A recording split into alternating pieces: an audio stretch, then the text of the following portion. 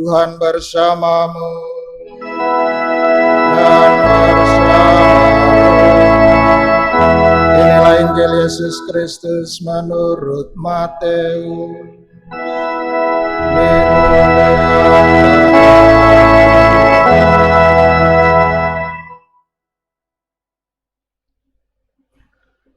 Sekali peristiwa Yesus berbicara kepada para imam kepala dan tua-tua bangsa Yahudi dengan memakai perumpamaan.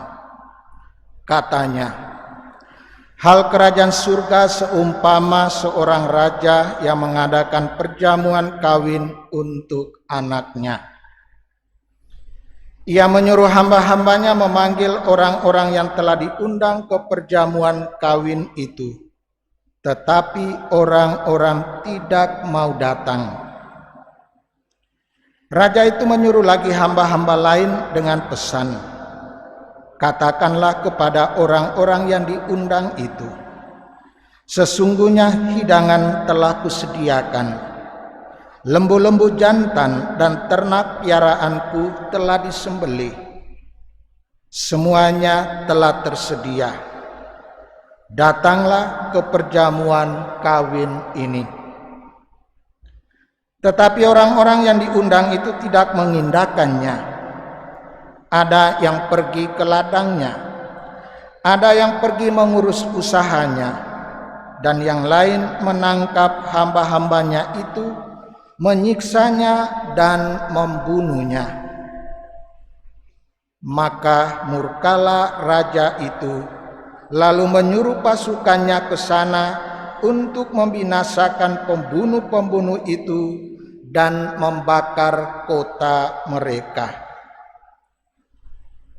Sesudah itu ia berkata kepada hamba-hambanya, perjamuan kawin telah tersedia, tetapi orang-orang yang diundang tidak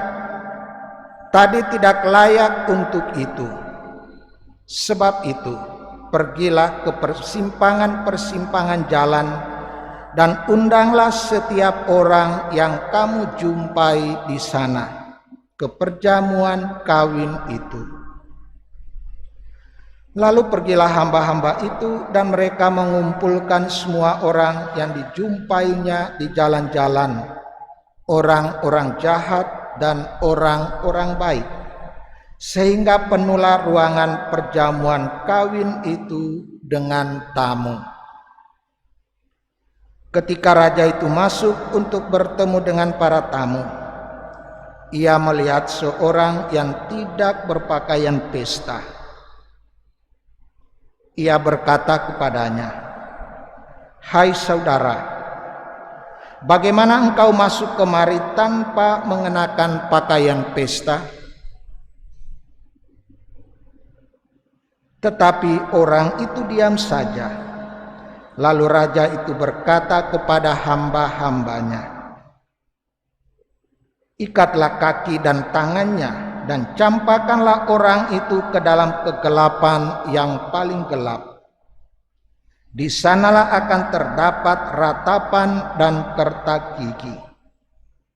Sebab banyak yang dipanggil, tetapi sedikit yang dipilih. Para saudara-saudari umat beriman yang terkasih di dalam Kristus, dalam permenungan kita bahwa sabda Tuhan hari ini juga mengkritik kita semua sebagai murid-murid Kristus, sebagai putra-putri Allah. Kita semua telah menerima undangan untuk masuk dalam perjamuan surgawi. Dan undangan itu telah kita terima sejak kita semua dibaptis. Dengan pembaptisan kita semua menerima jaminan akan perjamuan surgawi. Kita semua diundang untuk berbahagia bersama Allah. Tapi menjadi pertanyaan bagi kita adalah apakah kita sungguh-sungguh peduli dan juga memanfaatkan undangan yang sudah kita terima sejak kita dibaptis.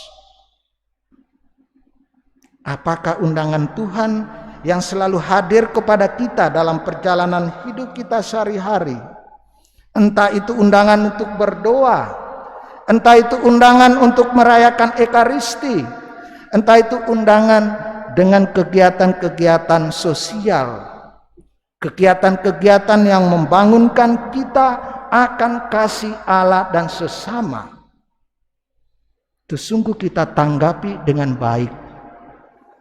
Ataukah hal-hal rohani hanya dianggap sebagai mengganggu aktivitas kita?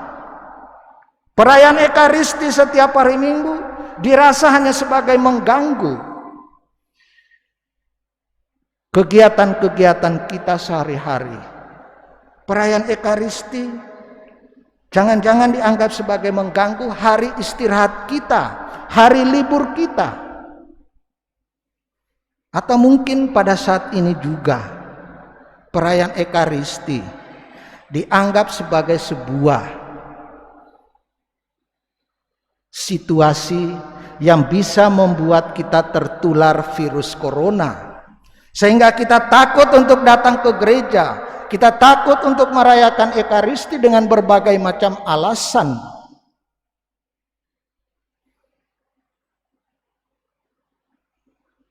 Kita seringkali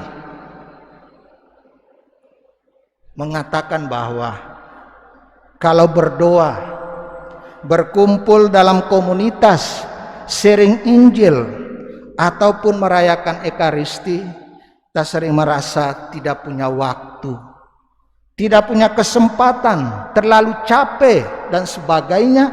Banyak alasan yang kita berikan untuk membenarkan diri kita.